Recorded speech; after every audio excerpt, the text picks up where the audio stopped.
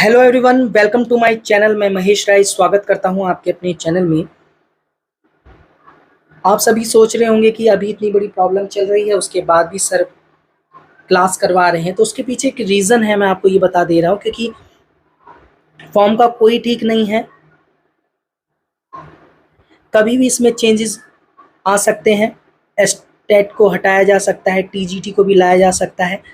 तो लेकिन हम अपनी पढ़ाई को क्यों जाने दें, वो आप जारी रखिए। ऐसा ना हो कि आपकी पढ़ाई ना हो, एस्टेट को हटा दिया जाए, टीजीटी को ले आया जाए, लेकिन आप पढ़ाई नहीं कर पा रहे। तो अदर स्टेट के लिए भी ये बहुत ज़रूरी है, तो वो भी अच्छे से पढ़ाई को करिए। और बहुत जगह पे वैकेंसी आई हुई है, आपको अच्छे से मैंने बताया है वो चीज़ें, तो सबके लिए ही इम्पोर्टेंट है। और हमने पिछले क्लास में जो अभी 2-3 दिन पहले मैंने आपको करवाई थी, उसमें 40 प्रश्न मैंने आपको करवा दिए थे। अब हम उससे आगे चलेंगे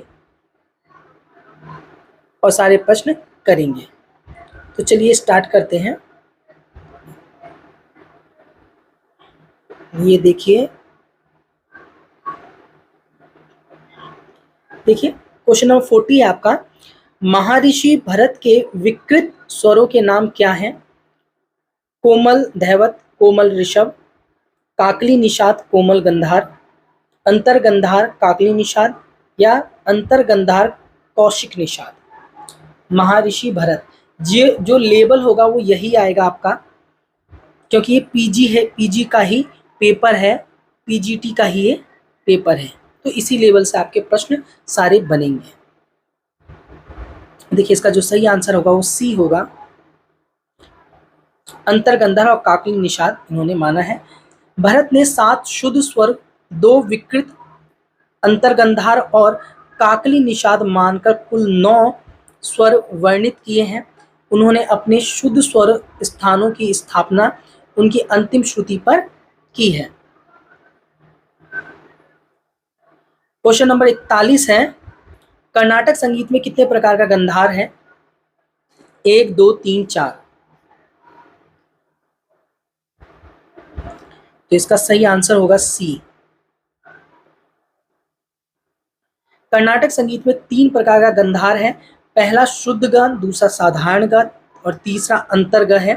कर्नाटक पद्धति में स्वर का सबसे नीचा रूप शुद्ध है और हिंदुस्तानी पद्धति में कोमल।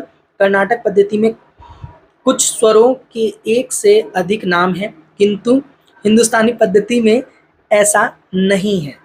ठीक है।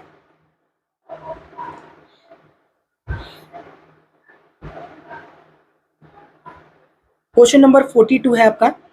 संगीत पारिजात में मिलने वाला शुद्ध सप्तक किसके समान है? आपको बताना है। काफी, कल्याण, बिलावल या खमाज।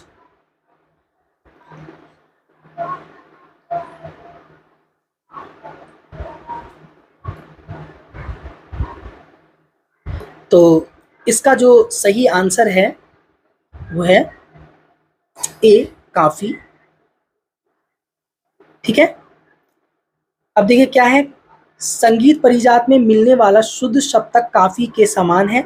संगीत परिजात 1650 ईस्वी में पंडित आहुवल द्वारा लिखा गया और दीनानाथ ने फारसी में इसका अनुवाद किया। संगीत परिजात का शुद्ध सप्तक उत्तर भारत के काफी और दक्षिण भारत के खरप्रिया ठाट के समान था। ठीक है। एक बात मैं अगर आपको और बताना चाहता हूं कि अगर आप तैयारी कर रहे हैं तो उसके लिए आपको एक बहुत अच्छी बुक की ज़रूरत होगी। तो अगर आप प्राथमिक विद्यालय, माध्यमिक विद्यालय और उच्च माध्यमिक विद्यालय की बेस्ट बुक के बारे में, जो चक्षु प्रकाशन की है, इसमें आपको सब कुछ मिल जाएगा। मतलब कि क्वालिफाइंग जो है आपका 75 मार्क्स का हिंदी और 25 मार्क्स का इंग्लिश। तो इसका जो डिटेल सिलेबस में आपको इसमें मिल जाएगा। और साथ ही साथ आपको जीएस भी मिल जाएगा। ठीक है। जीएस का भी डिटेल सिलेबस इसमें मिल जाएगा। इसके साथ साथ आप इसकी स्टडी गाइड, चक्षु प्रकाशन की स्टडी गाइड ही भी आप ले सकते हैं, वो भी आपको स्क्रीन पे अच्छे से दिख रहा है और डिस्क्रिप्शन में मैंने इसका लिंक दे रखा है। जो स्टडी गाइड है वो हिंदी और इंग्लिश दोनों में अवेलेबल है। चलिए आगे चलते हैं।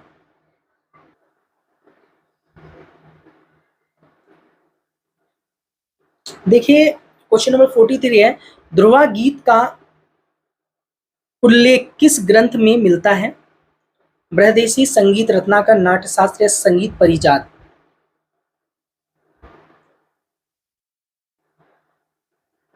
ध्रुवा गीत का सही आंसर इसका सी होगा, नाट्यशास्त्र में मिलता है। ठीक है, ध्रुवा गीत का उल्लेख नाट्यशास्त्र में मिलता है।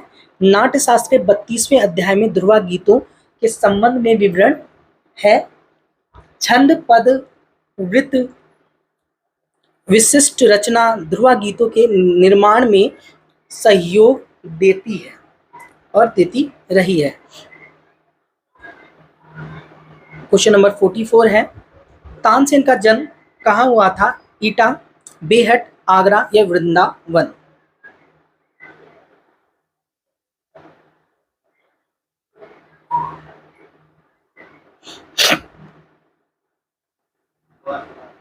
देखिए इसका सही आंसर होगा बी, बेहट। तानसेन का असली नाम तन्ना मिश्र था और पिता का नाम मकरंद पांडे था। अधिकांश विद्वानों के मत अनुसार उनका जन्म 1532 ईस्वी में ग्वालियर से 7 मील दूर बेहट ग्राम में हुआ था। ठीक है, क्वेश्चन नंबर 45 है, काकू के कितने प्रकार कहे गए हैं? 6, 5, 7 या 4?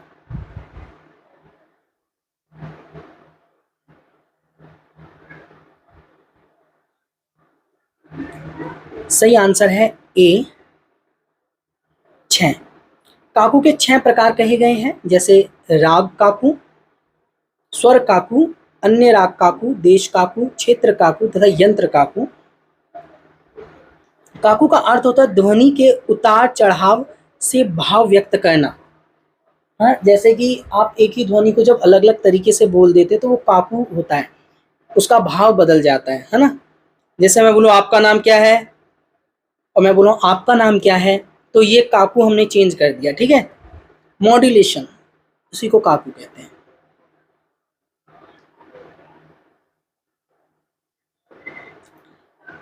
क्वेश्चन नंबर 46 है, मारवा ठाट के समान दक्षिण भारतीय मेल है कामवर्धनी, गमन प्रिया, नट भैरवी, हरि काम भोजी?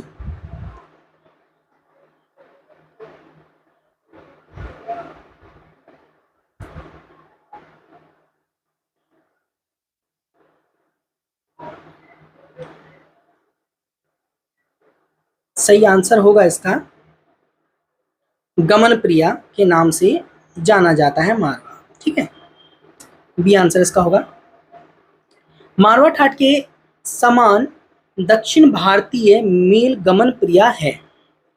मैंने बहुत सारी चीजें आपको बता रखा है, कौन से को कौन सा राग कहते हैं वो आपको पता होना चाहिए। जैसे कल्याण को कल्याणी, मेज कल्याणी कहते हैं, बिलावल को शंकराभरण, भैरव को माया माल गौड़, और पूर्वी को कामवर्धनी, मारवा को गमन प्रिया, काफी को खरर प्रिया, आसावरी को मुखारी, भैरवी को हनुमत तोड़ी, तोड़ी को शुभपंतुवराली, खमाज को हरि काम भोजी। ये ठाट हो गए आपके 10। इसके अलावा जो उत्तरी और दक्षिणी पद्धति में समानता रखने वाले राग हैं उसमें भी चेंज हो जाते हैं। ठीक है, जैसे भूपाली का मोहनम, भीमपलासी का आभेरी, बागेश्वरी का श्रीरंजनी, जयजयवंती का द्विजवंती, फिर दुर्गा का शुद्ध सावेरी, सोहनी का हंसानंदी, कल्याणी का शुद्ध कल्याण, नाट का या नट या चाल नट का हो जाएगा जोग, सौराष्ट्र का हो जाएगा भैरव, भोपालनम का हो जाएगा भोपाल तोड़ी, ललित का ललित ही रहता है, पूछ दिया जाता है इसका, सावेरी का हो जाएगा जोगिया, और जो श्री राग से उत्पन्न होते हैं धनाश्री जिसमें रेधा व्रज होता है वो धानी राग कहलाता है। फिर हिंडोलम हो गया मालकोश, मोहनम हो गया भूप या भूपाली, नट भैरवी हो गया आसावरी, ये याद रखना, नट भैरवी पूछा जाता है, आसावरी होता है। शुद्ध सावेरी दुर्गा को कहा जाता है, वकुलाभरण वसंत मुखारी को कहा जाता है, पंतुवराली पूर्य धनाश्री को कहा जाता है, पूर्वी कल्याण कल्याण कहलाता है पूर्व कल्याण, ठीक है, ये भी याद रखना। हमीर कल्याणी केदार कहलाता है, केदार भी पूछा जाता है, हमीर कल्याणी केदार कहलाता है, दुर्जयवंती जयजयवंती कहलाता है, मध्य मादसारंग कहलाता है, हंस ध्वनि अड़ाना कहलाता है। तो इतने सारी चीजें हैं जिसमें मैंने राग को और ठाट को दोनों को आपको बता दिया।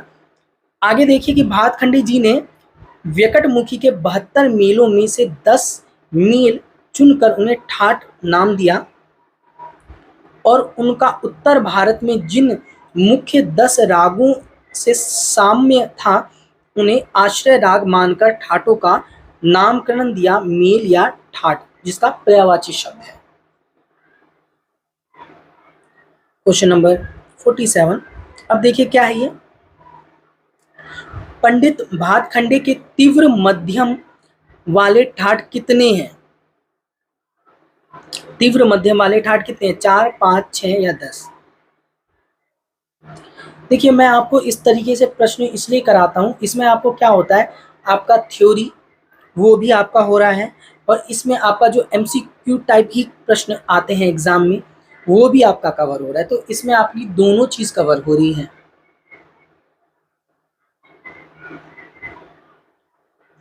देखिए इसका जो आंसर होगा वो ए सही है। क्या है, पंडित भातखंडे के तीव्र मध्यम वाले ठाट 4 हैं, ठीक है, कितने हैं? तो 4 ही हैं। देखिए हिंदुस्तानी संगीत पद्धति में आजकल 10 ठाट माने जाते हैं। इन ठाटों में समस्त राग उत्पन्न माने गए। आधुनिक काल में स्वर्गवासी विष्णु नारायण भातखंडे ने ठाट पद्धति को प्रचार में लाने की कल्पना की और ठाटों की संख्या 10 मानी, जिसके नाम है कल्याण, बिलावल, खमाज, काफी पूर्वी, मारवा, आसावरी, भैरव, भैरवी, तोड़ी। इसमें से कल्याण, मारवा, पूर्वी और तोड़ी ठाट ऐसे हैं जो पंडित भातखंडे के तीव्र मध्यम वाले ठाट हैं। देखो यहाँ पे स्पष्ट इन्होंने किया है कि जो आपका कल्याण है इसमें तीव्र मध्यम लगता है, मारवा में भी लगता है, ठीक है, और पूर्वी में भी लगता है और तोड़ी में भी लगता है। तो 4 हैं ऐसे जिसमें तीव्र मध्यम का प्रयोग किया जाता है।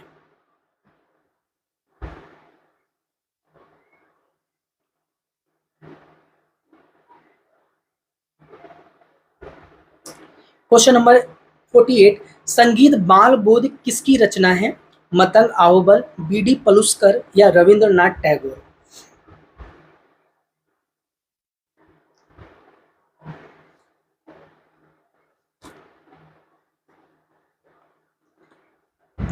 संगीत बाल बोध, देखिए इसका सही आंसर होगा पलुस्कर जी का है संगीत बाल बोध, ठीक है। बीडी पलुस्कर जी का है, ठीक है। संगीत बाल बोध पंडित विष्णु दिगंबर पलुस्कर जी की रचना है। पंडित बीडी पलुस्कर जी का जन्म 18 अगस्त 1872 को मुंबई के प्रेसिडेंसी मुंबई कुंडवार बेलगांव में हुआ था। इनके द्वारा रचित पुस्तकें कुल संख्या कितनी थी? 50 थी। 50 कम नहीं होती, बहुत ज़्यादा होती है, जिनमें कुछ प्रमुख हैं संगीत बालबोध, स्वर पलाप गायन, संगीत तत्वदर्शन, राग प्रवेश, भजनामृत लहरी, भक्त प्रेम लहरी, टप्पा गायन भी इन्होंने लिख रखा है, राष्ट्रीय संगीत, महिला संगीत, संगीत बाल प्रकाश। देखो सबसे ज़्यादा अभी तक जो पूछा जाता है तो वो संगीत बाल प्रकाश पूछा जाता है और आपका सबसे ज़्यादा यही पूछा जाता है। महिला संगीत भी पूछ दिया जाता है, टप्पा गायन नहीं पूछा जाता, तो ये याद रखना। ये भी आपका राग प्रवेश पूछा जाता है, तो ये याद रख लेना कि इसमें से आपके प्रश्न बनने के ज़्यादा चांसेस हैं। पुस्तकों में से पंडित भातखंडे जी का और पलुस्कर जी के पुस्तकें जो हैं वो आप याद रख लेना, अच्छी तरीके से, क्योंकि इसमें से प्रश्न ज़्यादा आने के चांसेस बन जाते हैं। क्वेश्चन नंबर 49 है, कौन सी गीत शैली पूरब व पंजाब अंग से गाई जाती है? ख्याल, तराना, ठुमरी या टप्पा?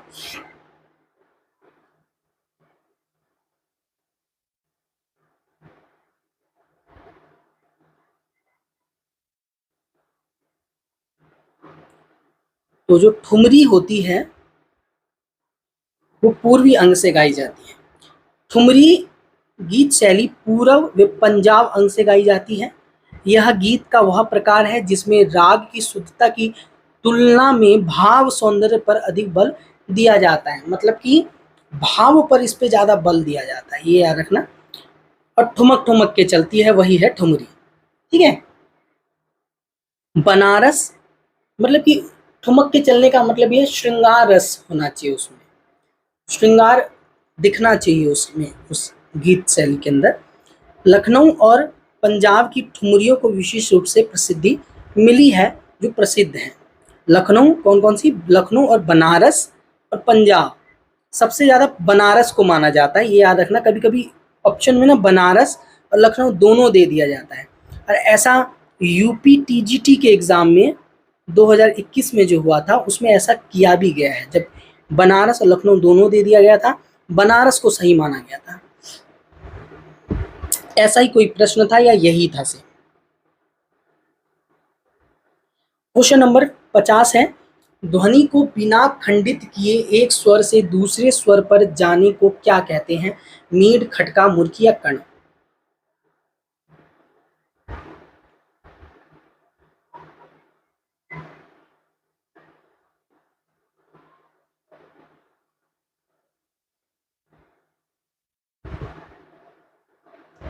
तो इसका सही आंसर होगा सी, मुर्की। क्या कहेंगे इसे? मुर्की। क्या है देखिए, ध्वनि को बिना खंडित किए एक स्वर से दूसरे स्वर पर जाने को मीड कहते हैं। मीड लेने समय बीच के स्वरों का इस प्रकार स्पर्श होता है कि वे अलग अलग सुनाई नहीं पड़ते। उदाहरण, सा से म तक मीड लेते समय बीच के स्वरों का स्पर्श होता है, किंतु वे अलग अलग सुनाई नहीं पड़ते। मीड दिखाने के लिए स्वरों को ऊपर उल्टा अर्धकार, अर्धचंद्र आकार बनता है, इस तरीके से। ठीक है, जैसे सा म, तो इस तरीके से बनेगा। ओके, सा म ऐसे बनेगा। यहाँ पे एग्जाम्पल पे भी नीचे दिया गया है, यहाँ पे देख सकते हैं। अब देखिए क्वेश्चन नंबर 51 है, सप्तक को हम किस अन्य नाम से जानते हैं? स्थान, मेल, संस्थान या ठाट? सप्तक को अब देखिए, मेल, ठाट और संस्थान ये एक ही नाम हो गए, तो स्थान इसका सही आंसर होगा। ये देखिए, ए आंसर इसका सही होगा। सप्तक को हम स्थान के नाम से भी जानते हैं। 7 शुद्ध स्वरों को क्रमवार समूह को सप्तक कहते हैं। संगीत में केवल 3 सप्तक ही मान्य हैं। इन तीनों सप्तकों को मंद्र सप्तक, मध्य सप्तक और तार सप्तक कहते हैं। लोचन ने राग तरंगिणी में ठाट को संस्थान कहा है, ठाट को हम मेल भी कहते हैं। लोचन जी ने क्या कहा है? लोचन जी ने राग तरंगिणी में ठाट को संस्थान कहकर पुकारा है, ये भी आप याद रखना।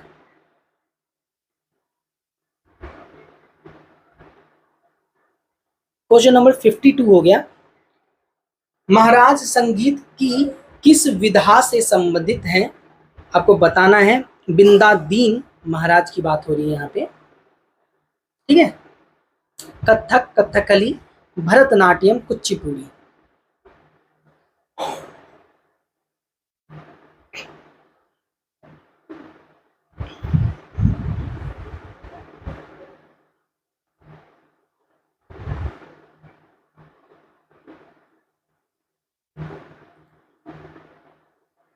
सही आंसर ए होगा, कथक। बिंदा दीन महाराज भारतीय शास्त्रीय नृत्य शैली कथक के प्रसिद्ध नर्तक थे। वे भगवान श्री कृष्ण के अनन्य अनन्य भक्त थे। बिंदा दीन महाराज ने कृष्ण को समर्पित करते हुए सैकड़ों गीत लिखे। यह गीत आज भी गाए जाते हैं और इन पर नृत्य किया जाता है।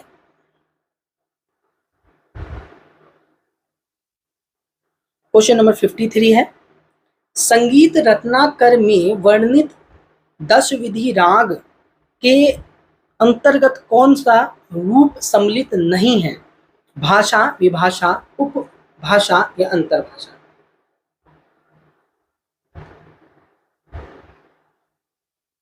संगीत रत्नाकर भी आपको पढ़ना बहुत अच्छे से जरूरी है क्योंकि यहां से प्रश्न बहुत बनेंगे।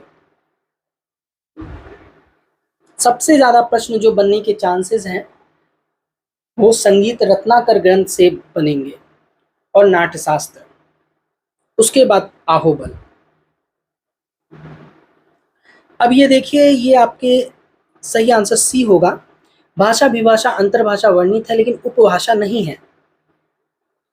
संगीत रत्नाकर में वर्णित 10 विधि राग के अंतर्गत उपभाषा सम्मिलित नहीं है। संगीत रत्नाकर में 264 रागों को 10 वर्गों में वर्गीकृत करके दिया गया है जिसे 10 विधि राग वर्गीकरण कहते हैं। यही ग्राम राग वर्गीकरण है। क्वेश्चन नंबर 54 है, सोमनाथ ने कौन सा ग्रंथ लिखा? खरमेल, कलानिधि, संगीत चंद्रिका, राग विबोध, मानसोल्लास?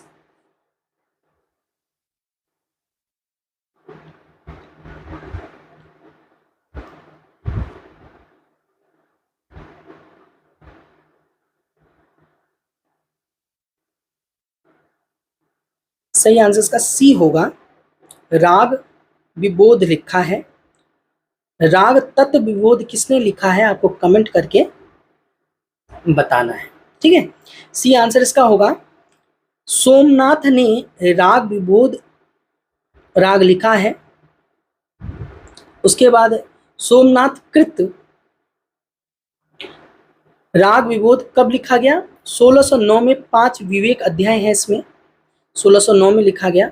इस ग्रंथ में 22 श्रुतियों के लिए 22 पर्दे बांधने का विवरण मिलता है।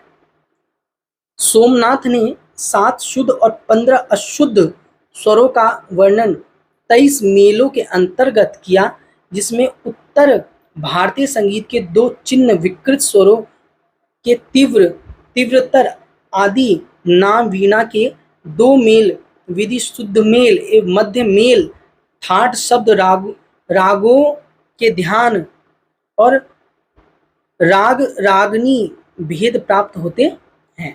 तो ये भी आप याद रखना। क्वेश्चन नंबर 55 है, किस ग्रंथ में राग वर्गीकरण सर्वप्रथम मिलता है? नाट्यशास्त्र, बृहदेशी, संगीत रत्नाकर या स्वर मेल कलानिधि?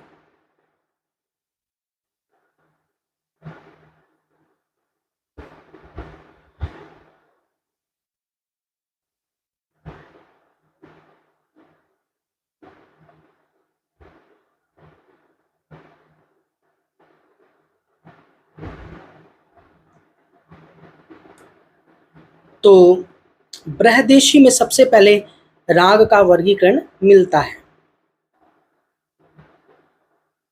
अब देखिए क्या है, बृहदेशी ग्रंथ में राग वर्गीकरण सर्वप्रथम मिलता है। राग का जो सबसे पहले हमें राग कहीं लिखा हुआ प्राप्त हुआ है, किस ग्रंथ में हुआ है? तो बृहदेशी में हुआ है, लोचनकृत है।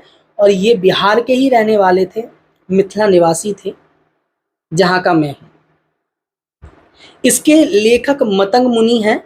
इस ग्रंथ के समय के विषय में विद्वानों के कई मत हैं।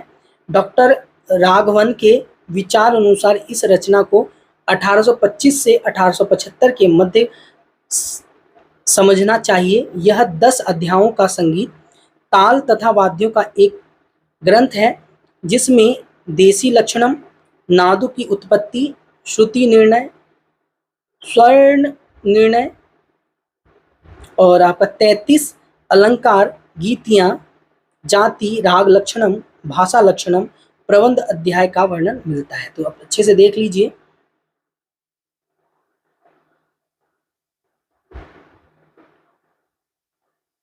8वीं शताब्दी माना जाता है इनका, 1825 से लेके 1875, 8वीं माना जाता है ज्यादातर, ऐसे नहीं पूछा जाता।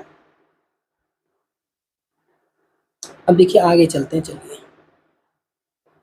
अब ये हमारे पास आ गया स्क्रीन पे क्वेश्चन नंबर 56, धमार ताल का विभाग क्या है? देखिए नीचे आपको ऑप्शन दिए गए हैं A B C D और बताइए। कधी टधी ट धा आ गति टति ट ता आ क, ये इसका बोल है, लेकिन यहाँ पे विभाग पूछा है।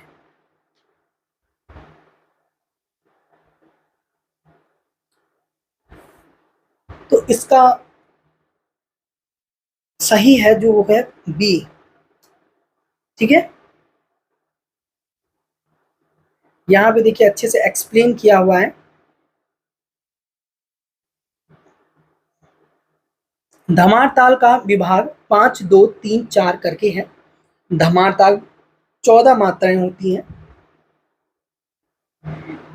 इसमें 4 विभाग ताली 1 6 11 पर तथा खाली होती है 8वीं पर। यह मृदंग का एक मुख्य ताल है।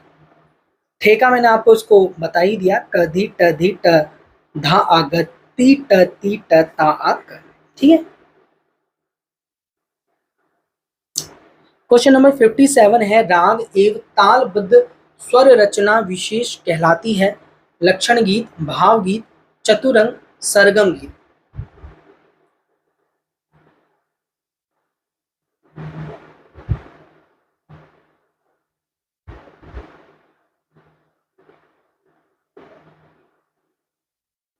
टाइम दे रहा हूं इस प्रश्न में, देखिए और अच्छे से समझिए और बताइए फिर।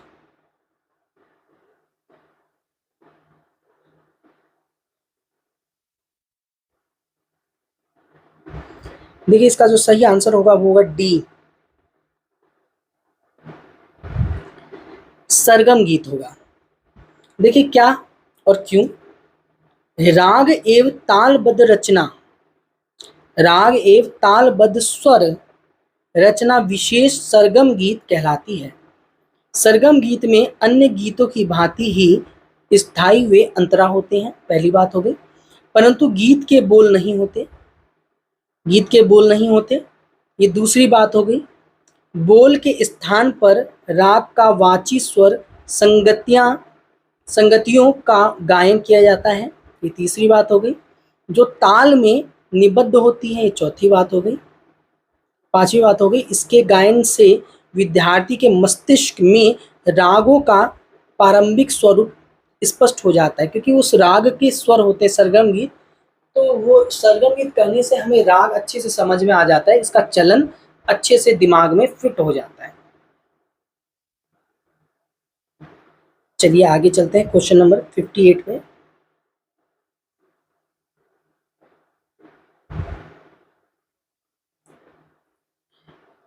कर्नाटक संगीत का पितामह किसे कहा जाता है? श्यामा शास्त्री, सारंगदेव, पुरंदरदास या त्यागराज।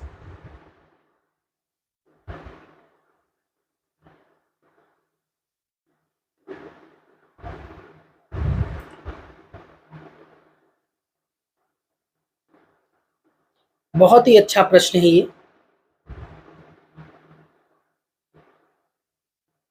देखिए इसका जो सही आंसर होगा वो होगा सी, ठीक है, पुरंदरदास इसका सही आंसर होगा। कर्नाटक संगीत का पितामह पुरंदरदास जी को कहा जाता है। संत पुरंदरदास 1484 से 1564 ईस्वी के चतुर्दंडी संप्रदाय के सुलादी, गीतम आदि की रचना की। रचनाओं की संख्या 4,75,000 मानी जाती है। संगीत शिक्षण के प्रारंभिक सरगम और गीत प्रकारों की रचना इन्होंने की, ऐसा माना जाता है। ओके, अब आ जाते हैं क्वेश्चन नंबर 59 पे। मणिपुरी नृत्य शैली की कौन सी विशेषता है?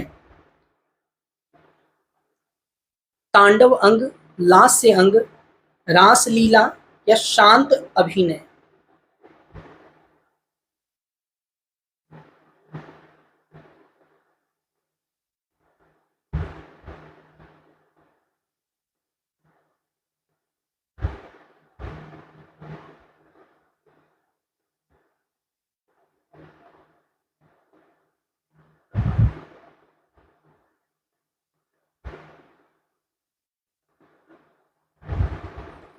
इसका जो सही आंसर होगा वो होगा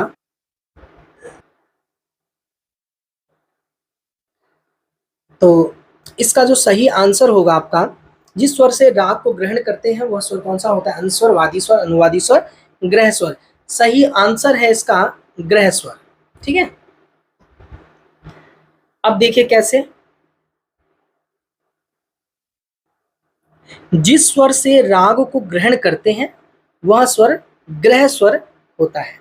जाति या राग का प्रारंभिक स्वर ग्रह कहलाता है। ठीक है, ग्रह कहलाता है, अर्थात जिस स्वर से जाति या राग प्रारंभ किया जाता था, जिस स्वर से जाति को या राग को प्रारंभ किया जाता था, उस जाति या राग का ग्रह स्वर कहते थे। उस जाति या राग को होना चाहिए यहाँ पे ग्रह स्वर कहते थे।